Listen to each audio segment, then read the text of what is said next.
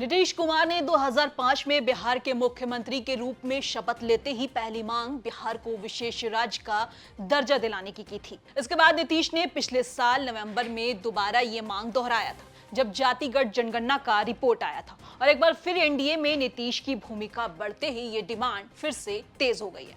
तो ऐसे में आज चर्चा इसी पे कि आखिरकार बिहार के विशेष श्रेणी में आने से क्या क्या फायदा होने वाला है। नमस्कार, आप देख रहे हैं बिहार तक और मैं आपके साथ माहिरा गौर।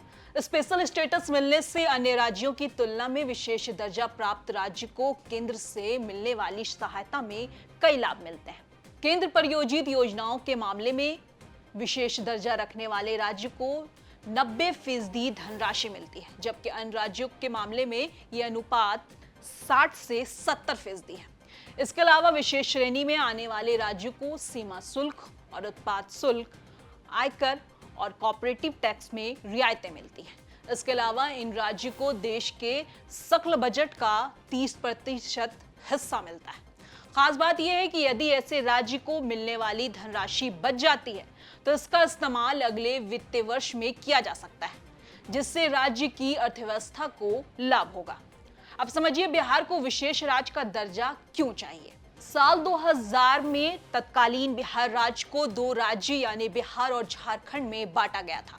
प्राकृतिक संसाधनों से भरे पूरे झारखंड के अलग होने के बाद बिहार की अर्थव्यवस्था प्रभावित हुई। बिहार देश के सबसे गरीब राज्यों में एक हो गया।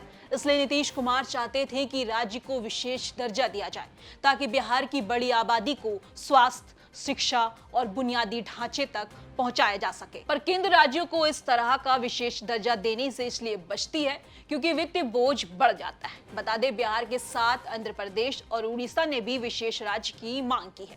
अब देखना होगा कि इस वक्त बीजेपी के लिए खास रहे इन तीनों राज्यों में से किसे क्या मिलता है।